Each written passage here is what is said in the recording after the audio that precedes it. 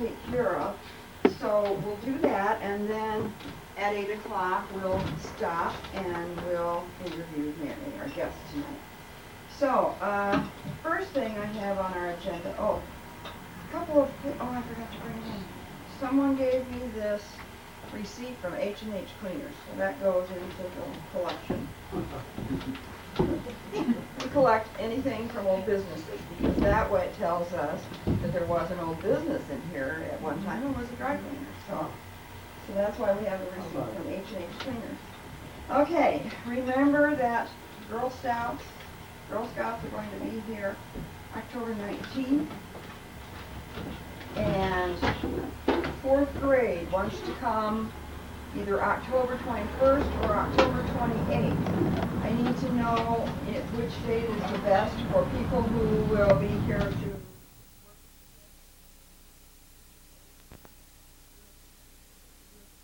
work. He lived at Christiana Lake quite a long time and built what became the Christiana Lake Lodge. And we have pictures of it when he built it. So we think that, we can kind of claim him as one of the famous people from Edwardsburg. And so we have a large collection of pictures and items from Dr. Miles. Those two things are not Dr. Miles, that and the trimmer. It was just something I thought we should have. Okay. We'll give you a haircut here. We've got more than one of those too, so you wouldn't have to wait. Alka-Seltzer to the rescue. Win one for the dripper. Alka-Seltzer plus cold medicine. That's a great one. Extra strength Alka-Seltzer. Get a grip on extra strength Profit. This is one of those jar opener things that you put on a jar. Get a grip.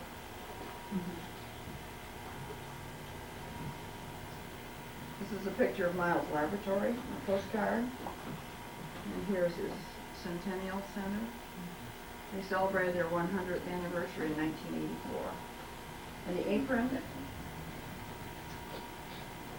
Yeah, it is. I thought it was so long ago, I forgot.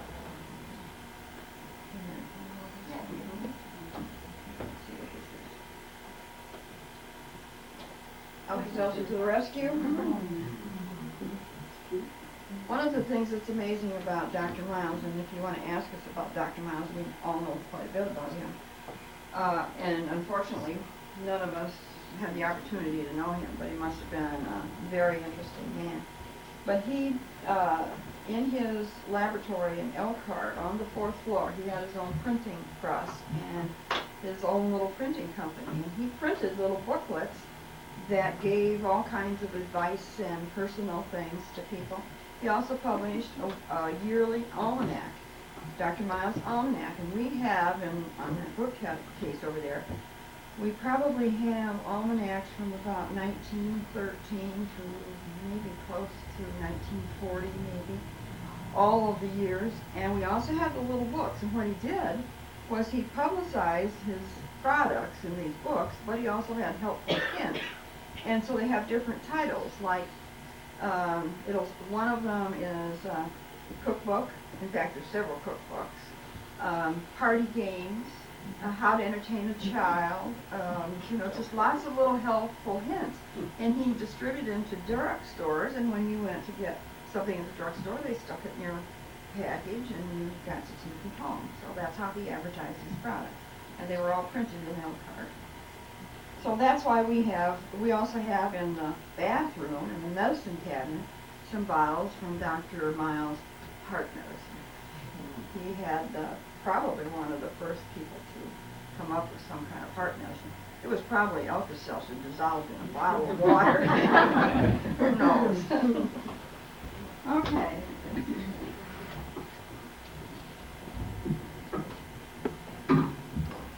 That's the end of our sharing portions. And we will start with our interview tonight. We have Mary Montgomery with us, and Mary has lived in Edwardsburg forever and ever and ever. She'll tell you. This all started with one of the museum's benefactors is Vera Selektova. Vera Selektova lives just cat-a corner to our building. And she was the German teacher at the high school for many, many years and came from Czechoslovakia. And so one day we thought, we ought to know something about Vera Selektova. So we asked her to come to a morning meeting, and she told us all about how she happened to come to the United States and what her life was like in Czechoslovakia under the communist rule. So it was so interesting, and many people said, oh, I wish I'd been there. I would have loved to have heard that. So someone else came along and said, I think it was Marge, said, we need to have a night meeting because there are people who work who can't come during the day, and they would like to hear what we have to say. So we decided that we would do these interviews once a month. We don't have a daytime meeting on the first Wednesday of the month. We have it the first Thursday in the evening, and we've asked guests to come and we would interview them. So last month we had Loyal Lane, who retired from our local postal service and has been a long-time resident. And tonight we've asked Mary Montgomery to come. And next month we will have Dick and Adelaide Beckwith as our guests, and we will interview them. Then in December we will have Mary Catherine Morris, the oldest, no, not the oldest, the longest living. I'm the oldest native of Edwardsburg that was born and raised and stayed right here. I didn't want to say oldest, but Well, I am. And I would say proud to be. so that will be December. So we hope you will all come back. I'm sorry that we're so crowded, but we love it because that just tells us we need more space and we need to expand. Yes, Bill? I hate to interrupt Joanne, but I don't want to come between Loyal and his charming wife, but I need him to move to the right, if you would, please. Okay. So that, because I can't get a good, You might get the reflection. that, I think that might be all right. That would be all right, Loyal. Thank you very much. We'll put a napkin on his head. That's fine, that's Okay. fine, thank you. Okay, so Mary, we're going to start with you, and we want you to use the microphone so everybody in the back can hear well. And we'd like you to start off telling us how you happen to be in Edwardsburg. Well, my roots go deep in Edwardsburg. Can everybody hear now? Okay, go very, very deep. In fact, my great-great-grandfather came here in 1828. By that time, Ezra Beardsley was here because he came in 1825. And my great-great-grandfather came and lived at his place. And Ezra Beardsley owned a lot of land, including Edwardsburg right here. And he lived down at the lake where Dr. Brown now lives. And while Canon Smith was my great-great-grandfather, while he was working there, he built a home in Milton Township, which was at that time a part of Ontawa. And in 1831 it was completed, so he moved his family there. It was the first frame home built in Milton Township. He had 10 children. They came from Delaware. He had 10 children, and of those, and he owned a lot of land. And for all of those children, he gave them a farm and built them a house, all except for one who was Canon Jr., who was Adelaide Beckwith's great-grandfather, not great-grandfather. So Canon was her great-great-grandfather also. He got the homestead, and the rest of them all had a house built for them. And of those 10 children, there was Canon, and then there was George, who was my great-grandfather. And he had 10 children also. You needed all these people because you needed to work on the farm. Of those 10 children, one of those was James Wesley, who was my grandfather. And he was born in 1840, so I want you to kind of keep these dates in mind because I may mention those sometime later. He was born in 1840 in the home that George had out in Milton Township. And he went on to, he had retinitis pigmentosa, which causes blindness, and he went on to University of Michigan and earned a law degree in 1865. Then he married my grandmother in 1866, and there were 6 children there, one of whom was my father, who was born in 1881. So you can see how far back I really do go. And in that family there were 4 children who had retinitis pigmentosa, which makes you blind later in life. Well, my grandfather practiced law in Niles until he lost his sight, or began to lose it.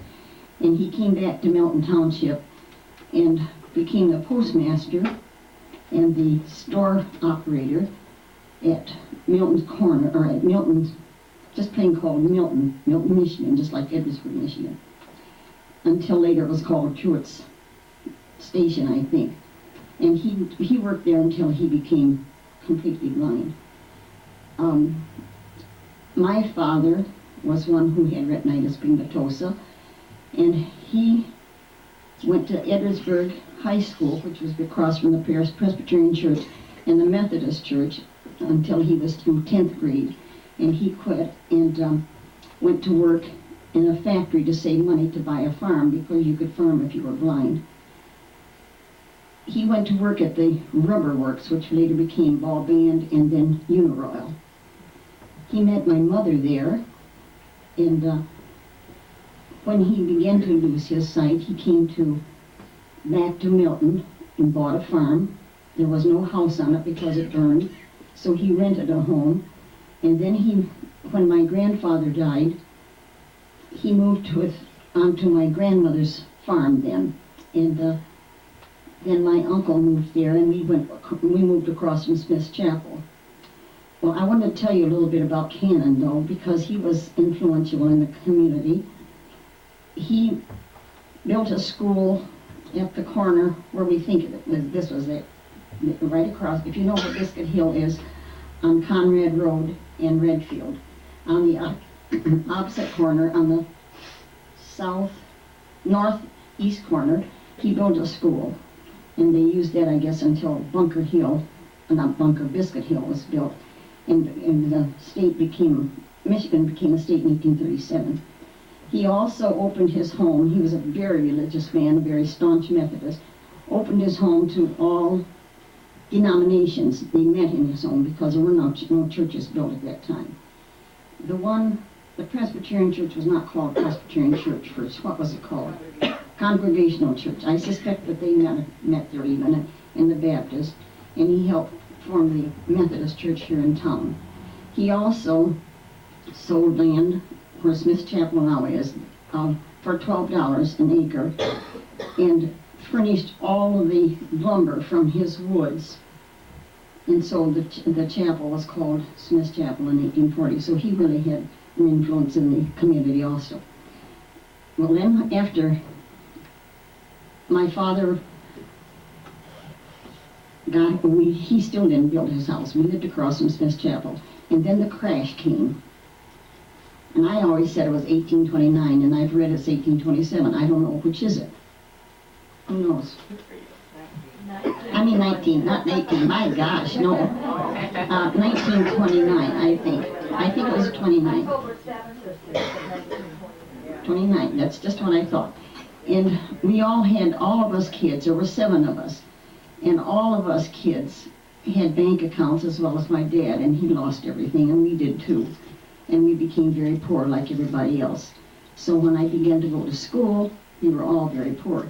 Now, do you want me to stop there and you ask questions, or do you want me to go on? Questions, anybody?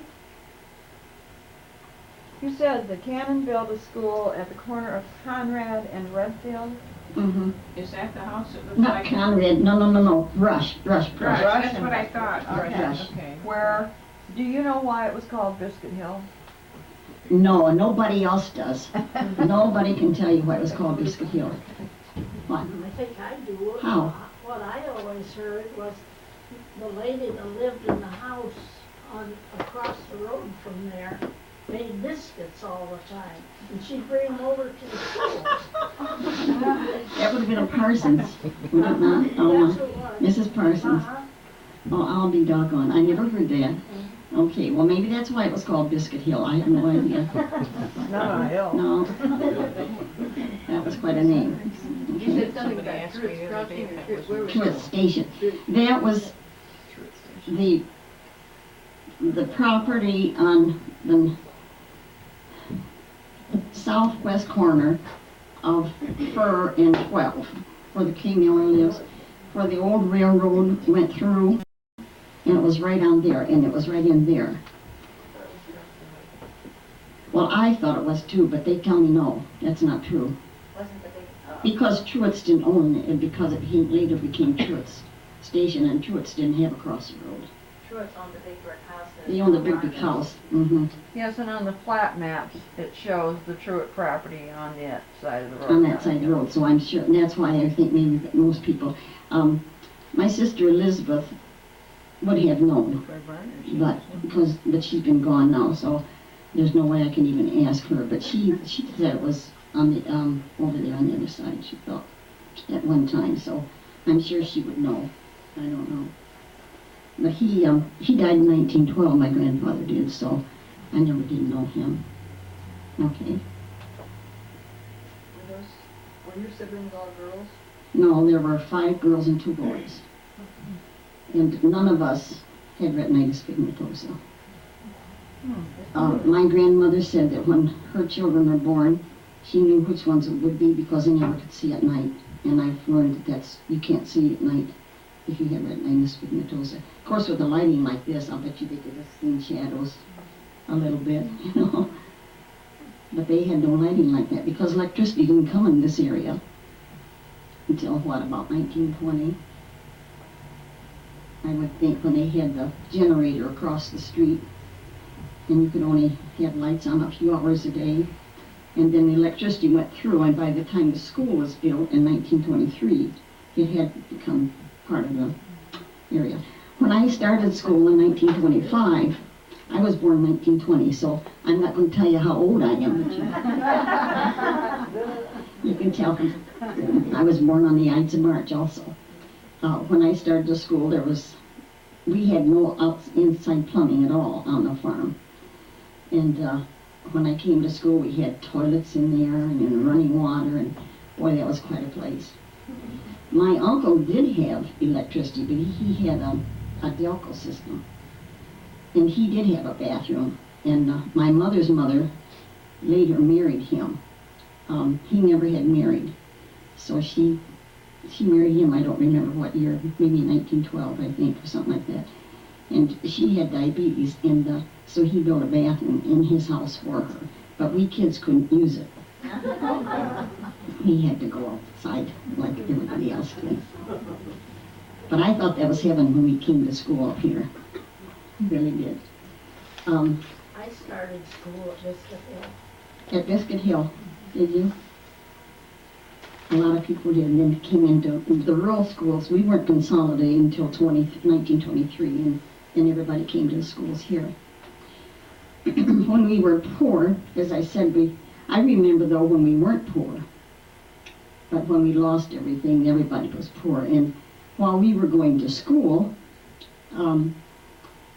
we just didn't have paper to write on half the time. We were always borrowing from somebody like you'd get a piece of paper, and then by the time you got a nickel to buy some paper, then you would pay it back, well, then you didn't have any more paper, so you began, but we weren't alone, everybody did it. I remember Mary Catherine, I didn't think they were poor because her dad had the store.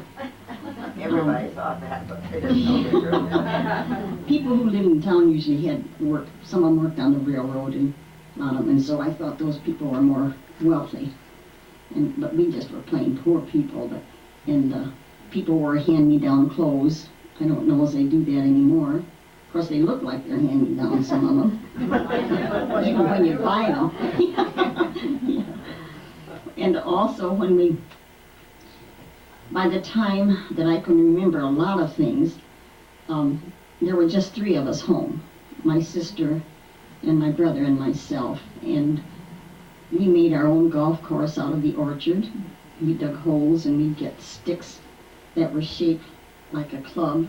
And then we used walnuts. We made up our own rules. We had no idea how to play golf, but we played golf. And we had a corn crib that had 2 sides to it. And I don't know if you know what corn cribs are, but they got slats in them, you know, for air. And so one side was my sister's and mine, and one side was my brother's. And we tried to see who had the cleanest house. We swept them out, and we made out crates, because the farmers all had crates for potatoes and all kinds of corn and all kinds of things. And we'd see who could have the cleanest. And we'd make mud pies out of mud, and then we'd sprinkle the mortar out of the smokehouse on the top for meringue. Well, we went on to we still were poor all the time that I then was in high school, clear through high school until the war came on, I think, when the economy picked up.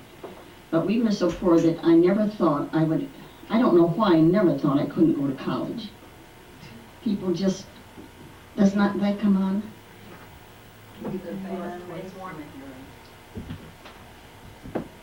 How come that doesn't come on, Joanne, do you know? I have no idea. Phil fixed it. It's gotta be pulled out this way just a little bit Oh. before, because Okay. you're pulling down, you've gotta pull it more on an angle because of the length of the chain. Pull harder, Where man. Go harder. There you go. There you go. Now that'll be high, that may be too much.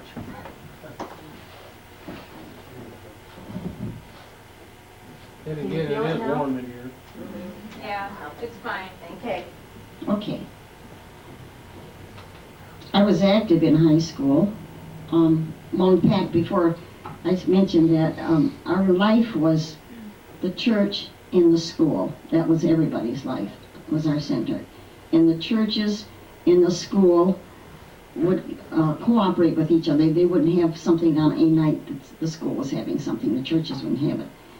And also, some of us did not have a car. You can imagine my father driving a car, being blind. The bus would pick us up and bring us in for PTA meetings and fall festivals. We always had a fall festival, which was a lot of fun. It was just like the fairs, except there were no rides. But people would bring in their corn and vegetables and pumpkins and so on, and we'd have games, and it was a lot of fun. And then I was active in school. I was in choirs and anything that I could be in, and plays. And even was a cheerleader. Can you imagine that? Couldn't do that now. So it came time to go on to school, and I never thought that I could not go to school. When I was about, if you want to stop me anytime and ask questions, fine, because otherwise I'll just go on about my life. When I was in, well, it was 1929 when my husband Otis's family moved to Evansville and became the minister at the United Brethren Church out there, which later became United Methodist. And he became a good friend of my cousins. And I never did meet Otis, though, until about 1930 or 31, probably about 31. And I met him at the faucet at school, drinking faucet. And I really fell in love with him. I thought he was really great. Can you imagine? I was so young. And then about in 1932, I said to him, when I grow up now, I'm going to marry you. And he said, you won't even know who I am when you get grown up. But it was a real surprise to him. I did, didn't I? But he was a big influence in my life. And when I talked about going to college, he encouraged me to go. And so, having no money, I just still don't know why I ever thought I could go. My dad put out a field of tomatoes and contracted with a company, I don't know whether it was Campbell's or whoever it was, and sold the tomatoes to them, and I got the profit from that. And I borrowed $300 from an uncle, what was my aunt's husband, Uncle John Haddon. A lot of people know John Haddon. He was a big historian here, too. And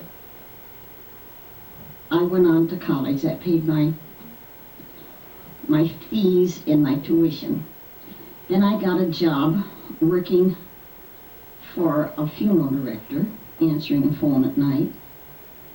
I got a job working, cleaning a house for a professor's wife. I cleaned a house for, or not a house, a tourist home. They didn't have a bed and breakfast and all these modern motels that they have and so on now. And I did clean that. I worked at a dime store. I did quite a few things. In the summertime, I worked over near Berrien Springs at a fruit farm, but I can't remember just whether it was Berrien Springs or so, to someplace in there one summer, and cooked for a woman who she was ill, and I cooked for her, and I picked cherries. When they sold the cherries, you had to wash them and put the stems in your stripe.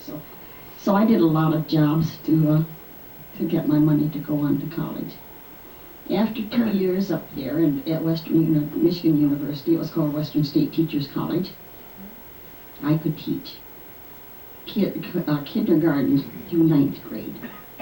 So I got a job at a rural school called Swamp, which is out in Mason Township, across from the Mason Church out there. And I taught there 2 years, and then Otis and I were married in 1940. And then I had Jean in 1941. A lot of you know Jean, back there someplace. And then in 1940, she was born, in 1943, Edwardsburg was opening without a 3rd grade teacher. And so they asked if I would teach. Well, my sister lived next door, so she took care of Jean. So I taught for 2 years. And then I quit again, and then I had Lyle in 1945. And then I had Jean in 1949, and then in 1955, by this time I had been going to summer schools and night classes and all that till I finally got my degree. 1955, again, they were opening school without a 1st grade teacher and a 7th grade teacher. And when the superintendent, on a Wednesday, the superintendent asked me if I would take a class. And I said, well, I take 7th, but I won't take 1st because that's too great a grade to teach. And I never could teach those kids all they needed to know. So I went down on a Friday to pick up my books. And he said, well, there's a man who can teach 7th grade, but he can't teach 1st grade. Would you take 1st grade? And I said, well, yes, I would. So I got my books that Friday, and we started school on Monday.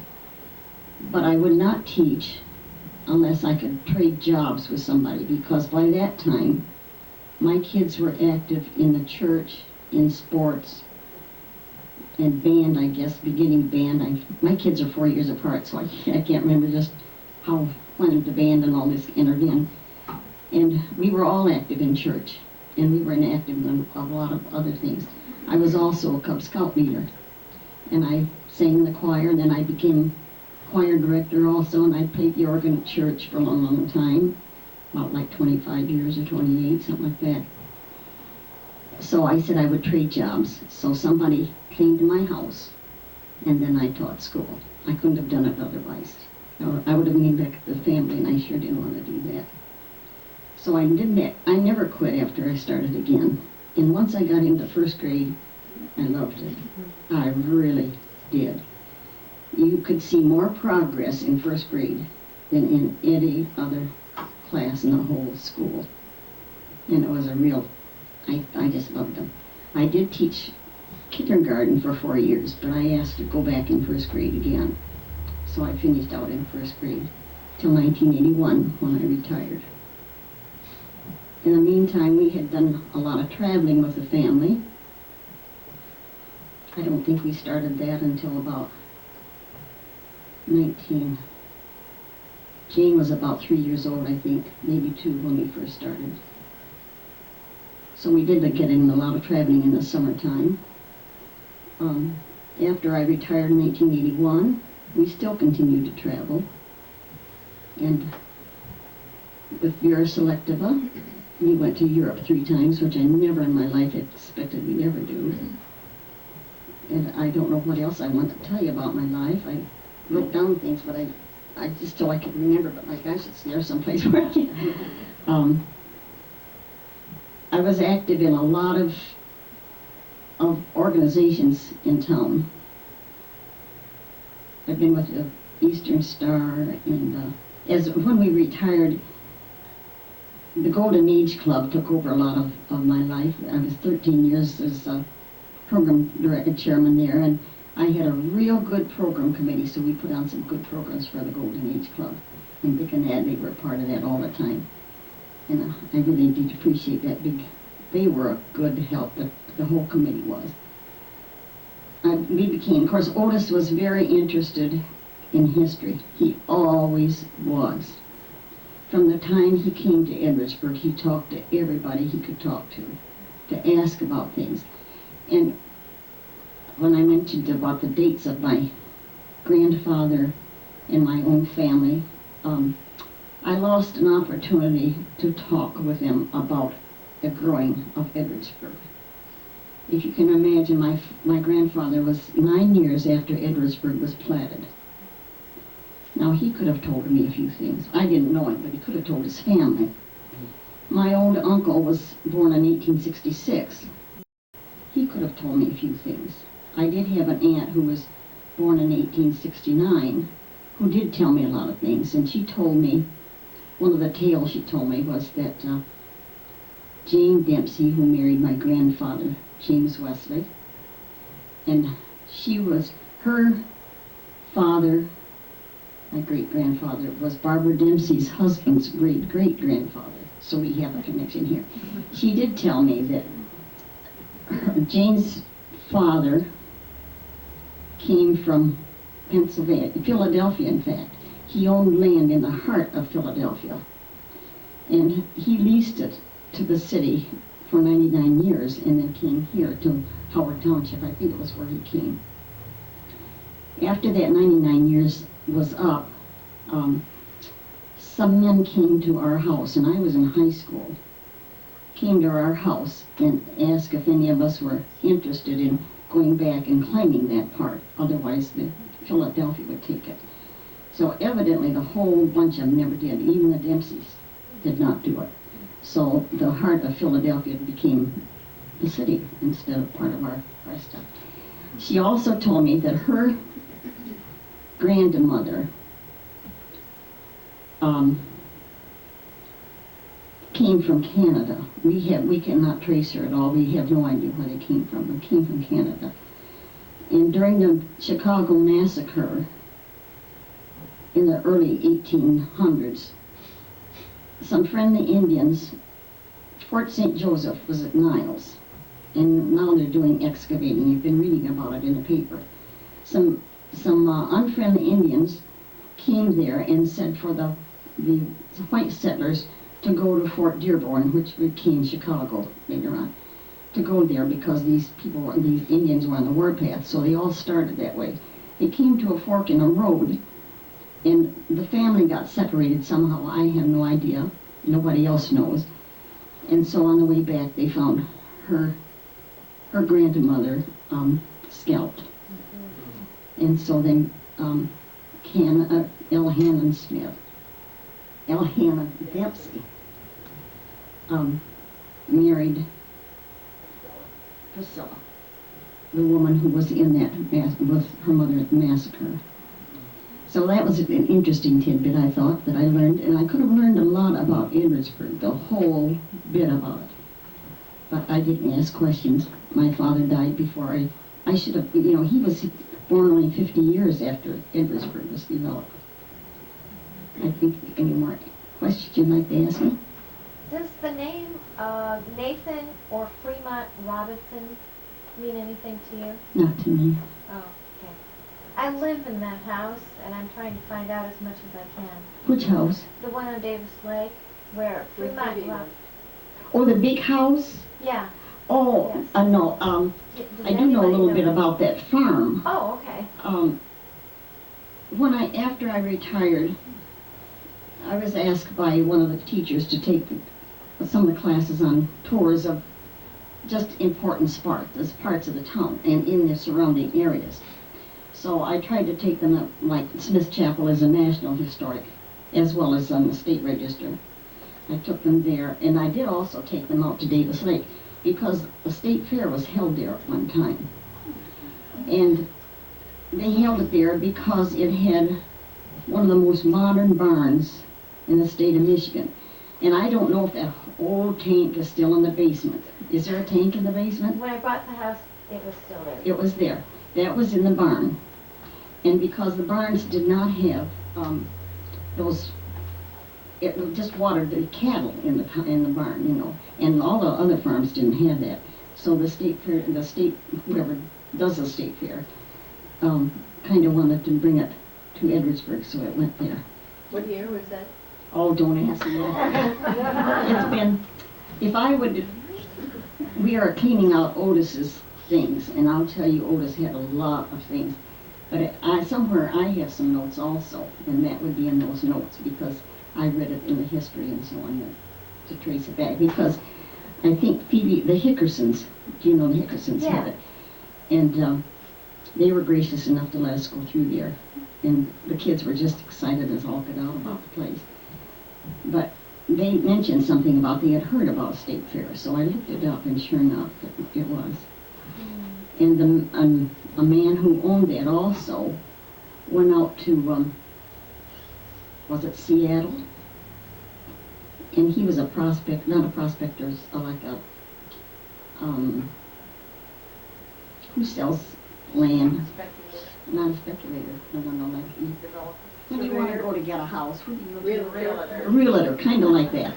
And I think that he designed the city of Seattle or something, I'm not just sure. I mean, it was one of those cities, but I'd have to find my notes, and they'd be just like Otis's. I probably can't find them.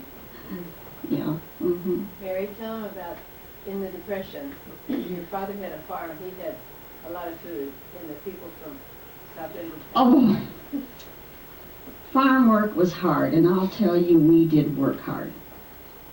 When he worked at I called it always the rubber band, rubber works. It was ball band, but I always called it rubber works too. But he met some friends, people, and they've remained friends with us all our lives. Well, they always had jobs, and they all had money. But my dad had this farm, and we raised strawberries and fruits and grapes and potatoes, you know, like farmers did. We had everything. We did not lack for food. We had everything there was to have that you needed.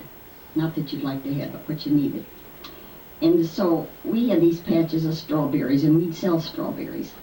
And these people would come out, and we'd pick those strawberries, and I hated picking strawberries. It hurt your back.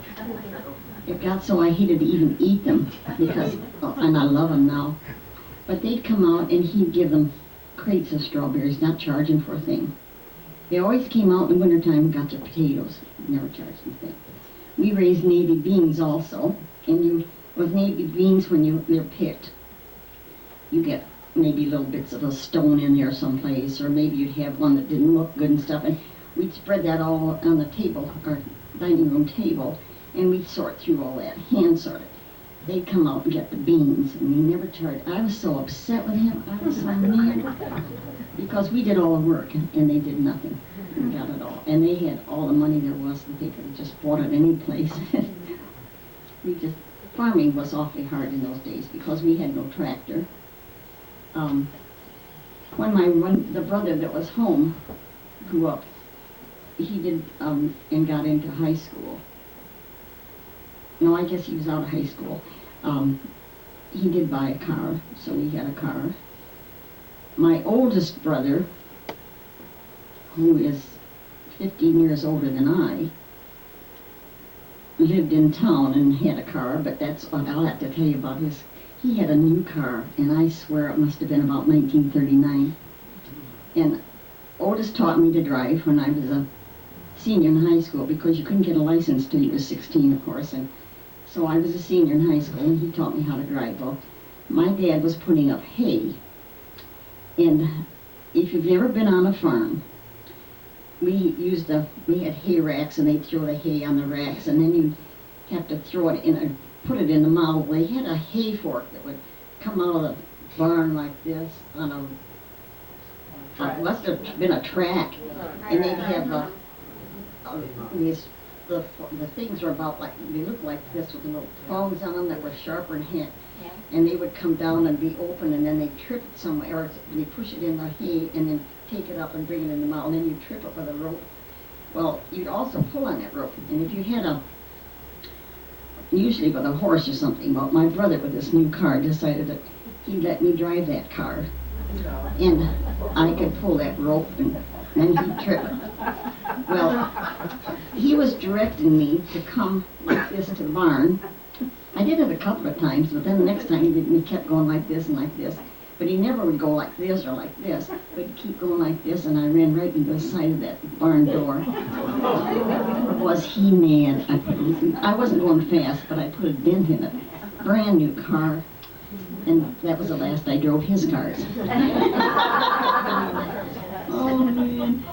But that was any other interesting stories I told you? Oh, I'm sorry, I don't want to change the subject. We live on Oil City Road. Well, actually, all three of us sisters live in Davis Lake. But anyway, do you know why Oil City Road is called Oil City Road? No, Dick, do you know? Why is Oil City Road called Oil City Road? I live right there. I don't think so, not that long ago. Oil City Road was long time ago. They have an oil well out there. What? Oil wells out there now. I know there are oil wells And they now. might have at that time thought there was oil there. Well, when I was a kid, they went around to the farms, and asking farmers to lease them or whatever you do to them. And my father signed one too. And if they found oil on your farm, then you would get something, but otherwise you got nothing but $1 a year or something like that. And that's about the earliest I remember of oil. Now they might have had oil out there before then, but but I thought Oil City Road was even before then. Oh, I know. I don't really know. Well, what we remember when they went off about the oil, but there probably was way before that, sometime or other, in Cass County, and that's how they got it. Could have been. I just don't know. I have to tell something about your mother. Okay. She's about the size of Mary. About this big around. Yeah, she's a jolly lady. She was huge. And she'd come into the store, and she told me how many grandchildren she had, which was a big number. I'll never forget it, Mary, because, well, we didn't have a very big family. I just was so impressed with that number. We had 7 children in our family, and my mother was just really proud of that. And then when we all got married and had kids, she was still more proud. And when we had grandchildren, when she died, she was 83 years old. When she died, she had 35 grandchildren and 35 great-grandchildren, and she always got everybody something for Christmas. Always something. It was not a whole lot, But I had 7 children. but she always made sure that we all had a little bit of something. I remember that very well. Yeah. And you forgot to mention the variety club that we had. Oh, that variety club. Oh, there were a lot of things we belonged. That variety club was very interesting, and it was called variety because we played cards, we played bunco, we played bingo, we went to plays. We just did everything. This was Depression days. And that was kind of, and then we meet once a week, and then once a month we met with our husbands, and we had a big party. Oh, we had a real great time. I have to tell something about that one too. One time, I think every time we go, we'd sit around the table to play cards. Well, we never got very many cards to play. We just talk. So we said, next time, why don't we just sit, bring something to sew or do something, let's just sit and talk. So we got around, I know it was at Adelaide's, we sat around, all of us, and nobody said a single word. We pulled the card tables out and had lunch, and I think it was like 1 to 1:30 in the morning before we went home, we finally started talking. So you have to have a card table in the middle. That was fun. Mary, Yes. let me think about Oil City Road, because there's some questions back here about Oil City Road. Oil City Road ran down to Manette Street, and was that where Redfield was? Mm-hmm. Okay. Mm-hmm. So when you mentioned store, there at Redfield, there was a mill, there was a store, there were a lot of things at that time. Dances. But that's not Dance hall. dance hall. Mm-hmm. Mm-hmm. And it was called Redfield because Redfield owned the mill. The, Right. mhm. See, it had nothing to do with Redfield Road, because No, no, no, everybody no. wondered, why was that Redfield? Because Redfield Road's not there. Mhm. But Redfield owned the mill at one time. Yeah, so it was just plain Oil called. City Road doesn't go down to Redfield. No, it goes down to Manette Street. Right, but Redfield is out of the way. Mhm. When you get to 62, You you turn turn at Salvine Corner. Minute Street Go is down out to that road, 62. then you get Redfield. When you turn down Salvine Corners, going to Casablanca, that's where that grocery store is. You turn south, Redfield is down there, but Oil City Road is much closer to Edwardsburg. Where's Salvine Corner? If, you know where that grocery store is going There into. where they have the meat market. Shaver, yeah. Oh, Go right down that road, you'll hit oh, Redfield. that. No, you won't hit Redfield, you'll hit Yeah, you Oil go City down Road. straight, get to Redfield. And Redfield was, for these women who live on Oil City Road, Redfield was the hot spot because there was a dance hall there. And really? people went there and danced Where was that? at that intersection of Mhm. Manette Street and Oil City A Road. lot of people went there. There's a log cabin there now in the one corner by the creek. Yeah, now there's a log cabin there. One of the things that I wanted to mention, Otis and I went to a lot of elder hostels. And if you don't know what elder hostels is, if you are able and you have the time, we didn't have any more time than I do now, there are classes that are given at colleges, and they're usually for 1 week. If you go overseas, they're 2 to 4 weeks, and Vera Selecta goes to a lot of elder hostels also. You can take any kind of a thing you want that they have. You can go all over the country and at these colleges, and we used to stay in the dorms, but some of the dorms, you know, when you've been to college and you have to share the bathroom and everything else, and some of the older people didn't like that. So the elder hostels began to put us in motels, really deluxe things. But you meet a lot of people, you learn a lot of things. We took blacksmithing and we just, all kinds of things. I just loved it all.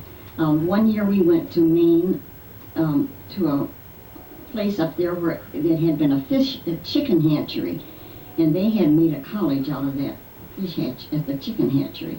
And our dorm was one of the buildings that they actually had a couple of floors where they had the chickens and stuff in it, and it really made a nice college. Well, one year, or one night, that was one time that we had to share restrooms and stuff too. And the men were on one end and we were on the other. And the girls was on the opposite end where Otis and I were. And each of the rooms had just cots in them. And the desks were just plain homemade. Otis made better desks than they did. They were just plain like this and this, you know.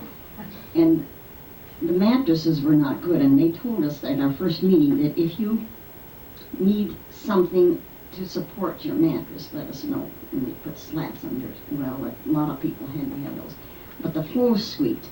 And of course, as I grew older, I had to go to the bathroom more often. And one night I had to go to the bathroom, and I went to the bathroom and clear down there and back again. And the next morning, people next door to us walking down the hallway, and I said to them, "Did you have a good night's rest last night?" And he said, "I did, until somebody had to go down that hallway and squeak and squeak and squeak." But anyway, we did do a lot of nice, and if you ever have a chance, I think if you go, you would like it, you want to go some more. And we did that until just probably the last few years, when Otis couldn't travel so much.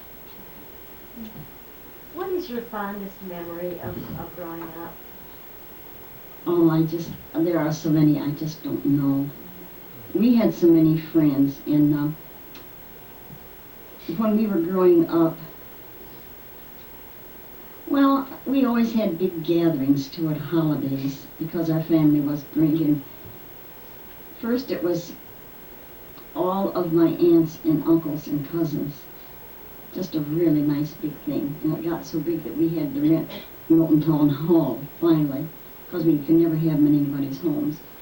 I liked those. I liked the people that we had at church, Doris and her family, and just a lot of people we met at church. We became very good friends and very close in those. And I guess being during the Depression, people did more social stuff together. And you don't do that anymore because everybody has money. You can just do what you want. You can go to the movies. You can do whatever you want. But I guess just the friendships and stuff are probably as growing up. When I met Otis, I think that was the biggest thing happened in my life. And then they have my 3 children, and they all are 3 very, very good children, and they have very, very good spouses. And my grandkids and great-grandkids, there's nothing like them. You know, it's never. I had Jean, who's a farm agent here in town, state farm agent, and Judy. He met her in college. And then we have Lyle, who is younger than Jean and is retired from State Farm. And he met his wife while he was in service in Alaska. And then we have Jean, who is at Ocean College. She's some financial something or other over there.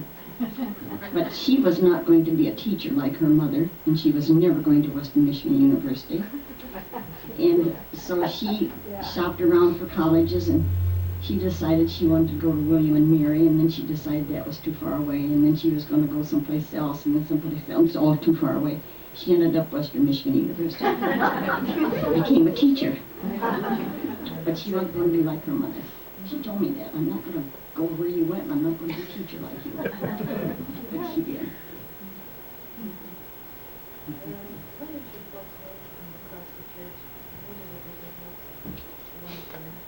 When I was a freshman in high school, we did not get that built until, we still didn't have it completely finished when we moved. But we moved in, and I graduated in 1937, so we must have moved in 33. Yeah, We used to run out to the car to get, she was a baby, and all the kids in the church, the girls, not the guys, the girls would run out to get Doris because she was a baby. Okay. Huh? Yeah.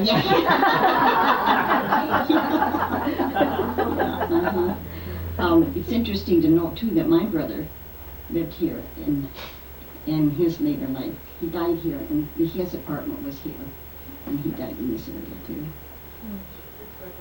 Lloyd. That was after he took care of my dad, and then after Nellie died, then he got an apartment here. One thing I remember about you and Otis, when you were courting, and you broke the mill set on each side of the church. Oh. The rule of the church at Smith's Chapel, that when they come in the back door, come in the doors, the women go on one side and the men go on the other. Until Otis and Mary came along, and they would sit close to each other. Oh, they finally did start going. Well, finally. So they could hold hands. Yeah, there's this arm rail was here in the middle. And your mother. And so I'd sit over here, and then he'd sit there. Well, finally, I went over and we broke the barrier. They began sitting together. They had the amen corner out there also, and I liked that, but we never had the amen corner. But when my dad was going and my grandfather was going, and of course being a lawyer like he was, he did a lot of arguing, and he'd question the minister. I'm sure that somebody would like to know that. When the minister was talking, he would question the minister right there, and he'd argue with him. And the people of the congregation were kind of a little upset when he did that, but he did it. But he sat in the amen corner. People knew him. Can you explain the amen corner? The amen corner. If you've not been out to Smith Chapel, and by the way, the people who've not seen the Smith Chapel since it's been repainted should go see it. It's really pretty now. It looks so pretty. It's really pretty. But if you've gone into it, there are 3 sections of seats going like this, and then up in the right-hand corner, the chancel area is kind of like this, and then there's a corner, over here is a corner, and they had some pews over there. And some of the men of the church would sit there, and they were the ones who could do what they wanted. They'd say amen whenever they want to, and they'd do all kinds of things. But that was called the amen corner. He sat there and he did the arguing, though. Okay. Did you have the radio when you were, like, first in your house? Did you remember your first radio? We didn't have any radio until we moved in, because, yes, we did too. We must have had battery operated, because electricity didn't come to the farms. That's when RE went through in 1939, so I was in college. But we did have a radio, so it must have been battery operated or something, because I remember we listened to, what were some of the people we listened to? A lot of it. Amos and Andy and all those kinds of things. Yeah, and Homer Road Heaver we listened to.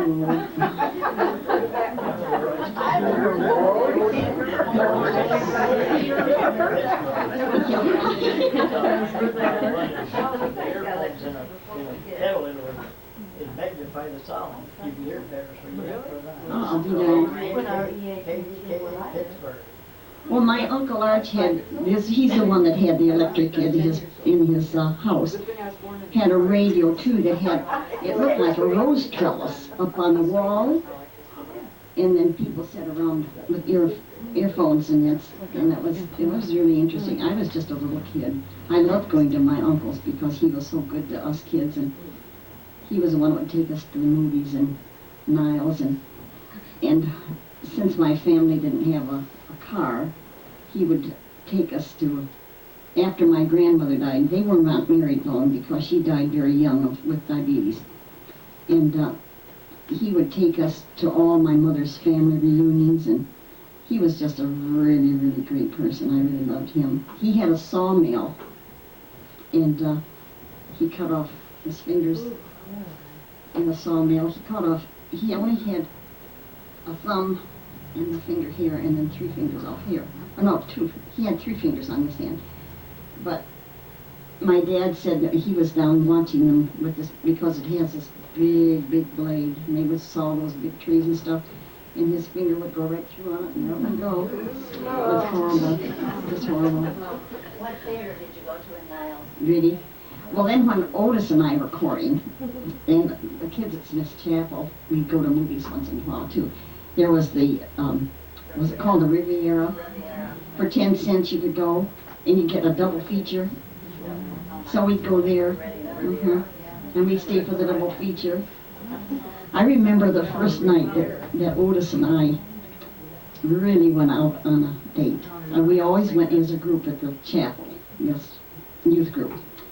So we were going to go to a movie, and we were going to go boy or girl, boy or girl. So Otis said, well, I'll take either you or Vivian. So I thought that was nice, and so I kind of purposely was the last one to get out to the car, and everybody crowded in the back, so I got sitting with Otis in the front. We went to the movie, and it was double feature, and we stayed till about 1 o'clock in the morning, and we went over to my cousin's house, and my aunt had a wiener roast for us. She opened up her stove in the kitchen. We roasted the wieners there, and we got home at 2 in the morning. I thought my dad would kill us. He never said a word. Never said a word. But we were with a group. And when we were younger too, we'd go to Thomas's Ice Cream in Niles. We'd buy a quart of ice cream, and we'd cut it in 2. And we'd stop alongside the road someplace, and he'd have half, and I'd have half. Those are fun days. He was a big influence in my life. He told me that if he ever caught me smoking, he'd turn me over his knee. Now this is before I was even going with him. I'd turn you over my knee. And I never smoked. Never did. And he was a teetotaler, so I didn't drink either. Did you get married in Smith's Chapel? Yes, I did. These 2 got married 5 years ago, October 30th in Smith's Chapel. Did you? Wedding. We, oh really? These two twins, We were the third couple to be married in the chapel, and it was 100 years old. They were having a centennial 1940, and I said to Otis, because he proposed to me when I was a senior, before I went to baccalaureate service, which was on Sunday night, and he proposed to me, and then we weren't married until 1940. But anyway, the first couple was, I don't know if you know Kay and Norm Miller, a lot of you do. Her parents were the first couple. The second couple was a couple out of Mishawaka.